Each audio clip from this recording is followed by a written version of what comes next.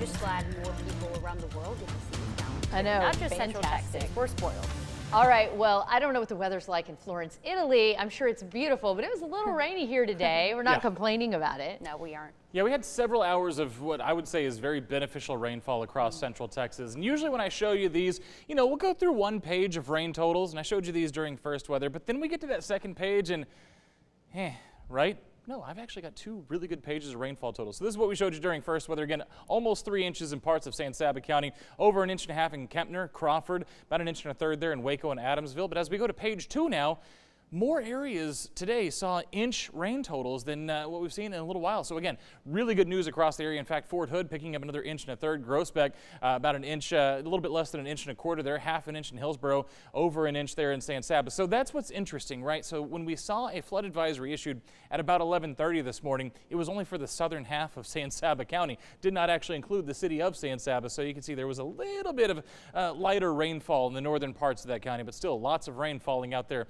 on the other side of the Colorado River. And then here in Temple, about 1/3 of an inch. Again, that's where things kind of start to drop off just a little bit as the further south you go and the further east you go across the area. But again, great rainfall totals for everybody. Lots of areas getting up to their September expectations out there this morning. And again, doing it in just one day. Again, great rainfall. Most of it has moved out. You can see just to the west of the Colorado River, just a couple of showers there. Not a whole lot going on right now. Most everything has moved off to the east as that cold front continues to push across the coast of the Texas coast there and into parts of the deep south. And you can see flood advisories starting to light up on the board there in parts of Louisiana. So heavy rain still associated with that cold front as it continues to move off to the east. We're going to be left with, what can I say, pleasant weather across the next several days. Again, that cold front's going to leave drier, cooler air in place. And again, a gorgeous sunset with just a little bit of cloud cover still out there across the area. 81 right now in Temple on our Good Feet Store tower cam. 83, that's what it feels like.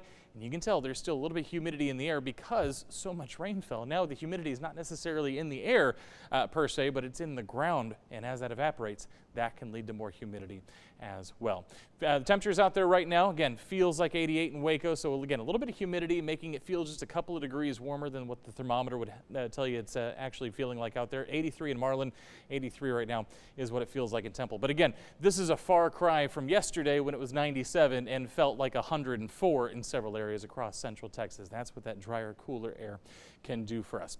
For tonight, I don't think it's going to be the coolest morning of the week tomorrow, but again, most of us still falling back into those mid-60s by your Thursday morning. I think we've got some even cooler mornings in store for us as we head on towards the weekend.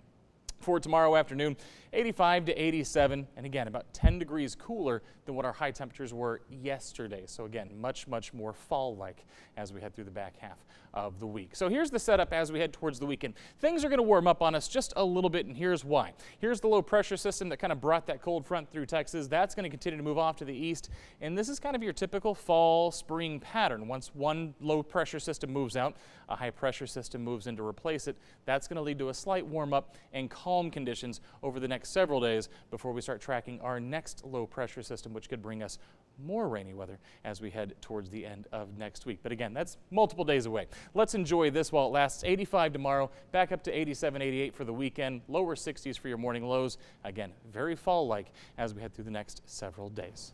Now remember to keep up with your forecast on your own time. You can download our 6 Plus app. It's free. It's on your smart TV. Matt, thank you.